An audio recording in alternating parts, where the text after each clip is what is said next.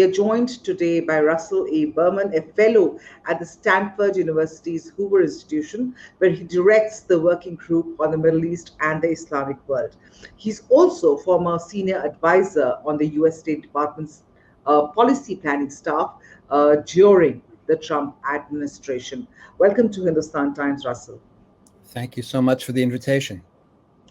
Well, thanks for joining us, Russell. Tonight, I want to talk to you about the American withdrawal from Afghanistan, which really caps the ill-fated 20-year war that has turned uglier and deadlier and really has gone to hell over the last 2-3 days. Let me start with the decision itself before talking about what this decision, the fallouts of the decision are. There has been had been actually widespread global criticism of the manner in which the Biden administration stood by its decision to pull out from Afghanistan despite the repeated warning signs. Today, when all of it seems to have gone to hell, what is it that you feel Biden could have done differently? That's a complicated question. To think about what happened in Afghanistan, one has to separate out the question of the initial invasion, secondly, the strategies that were pursued over 20 years, and now the question of the exit. The exit, one can disagree with it or agree with it, but it's clear that both Biden and Trump wanted to get out of Afghanistan. Could it have been done differently in order to minimize the chaos and the violence?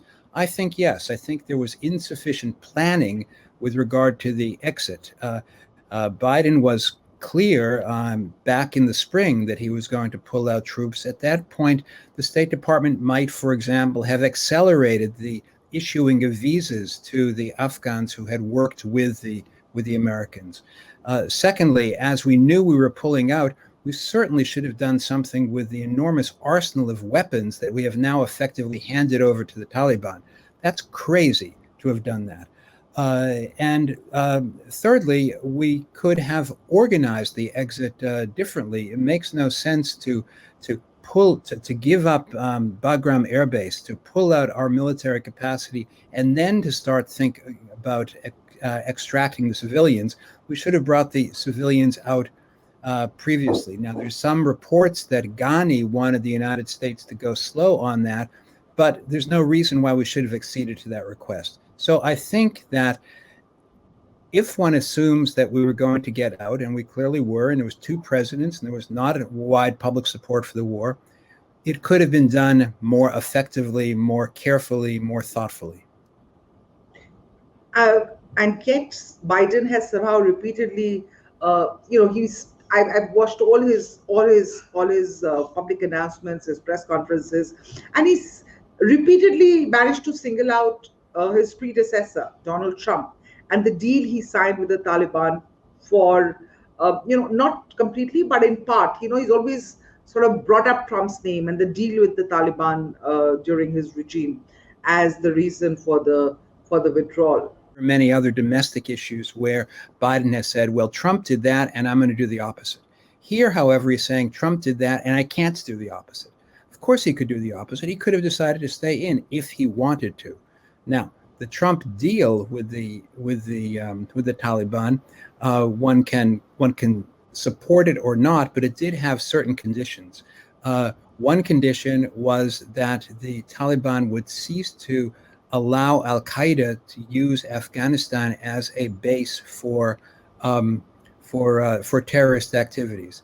In fact, now we know that al-Qaeda is thriving in at least half of Afghanistan's provinces. So at any point, the Trump administration or the Biden administration could have said, listen, we had this deal, you're not living up to it.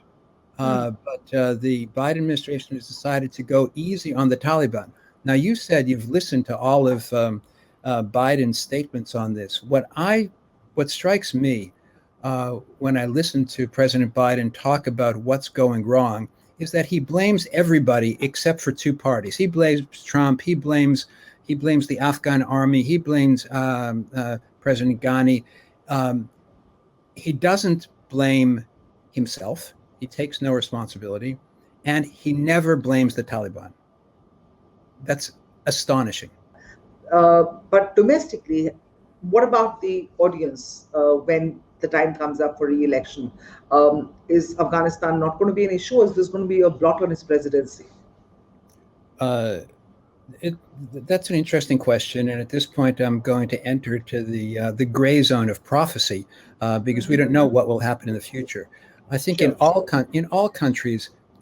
all countries, domestic issues are more important than foreign policy issues. So it is possible that people could lose sight of what happened in Afghanistan.